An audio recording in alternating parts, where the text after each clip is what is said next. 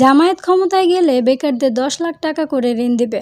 বাংলাদেশ জামায়াতে ইসলামী নায়েবের আমির ও সাবেক সংসদ সদস্য ডক্টর সৈয়দ আব্দুল্লাহ মোহাম্মদ তাহের বলেছেন, আমরা রাষ্ট্র ক্ষমতায় গেলে দেশের বেকারত্ব দূরীকরণের লক্ষ্য ও যুব সমাজকে ব্যবস্থায় উদ্বুদ্ধ করতে 10 লাখ টাকা পর্যন্ত বিনা জামানতে ঋণ দেওয়ার ব্যবস্থা করব।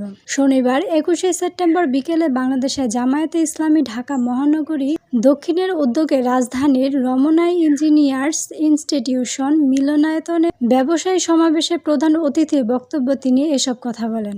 দেশের অর্থনীতিকে মজবুত করতে জামায়াতে ইসলামী ও দেশের সুদমুক্ত ইসলামী ব্যাংকিং ব্যবস্থা প্রতিষ্ঠা করে। দেশ সেরা ইসলামী ব্যাংক অল্পদিনে এশিয়ার সেরা ব্যাংক হিসেবে মর্যাদা লাভ করে, কিন্তু আওয়ামী লীগ সেই ইসলামী ব্যাংককে ধ্বংস করে দিয়েছে। পরবর্তীতে এক এক করে দেশের সব ব্যাংকের টাকা আওয়ামী লীগ লুট করে বিদেশে পাচার করেছে। ভেঙে পড়া অর্থনীতিকে সচল করতে জামায়াতে ইসলামী প্রস্তুত রয়েছে বলেও তিনি মন্তব্য করেন।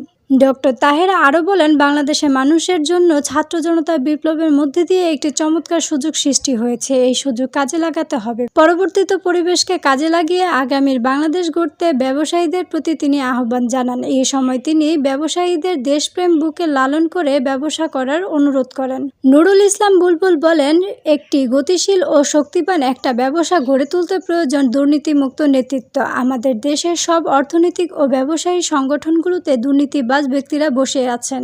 দুর্নীতিমুক্ত নেতৃত্ব ছাড়া কোনোভাবে গতিশীল অর্থব্যবস্থা গড়ে তোলা সম্ভব নয়। গত 16 বছর দেশ ব্যবসা বান্ধব পরিবেশ ছিল না। ভ্যাট ও ট্যাক্সের নামে ঘুষ, কমিশন, বাণিজ্য, চাঁদাবাজি করে ব্যবসায়ীদের হয়রানি করা হয়েছে।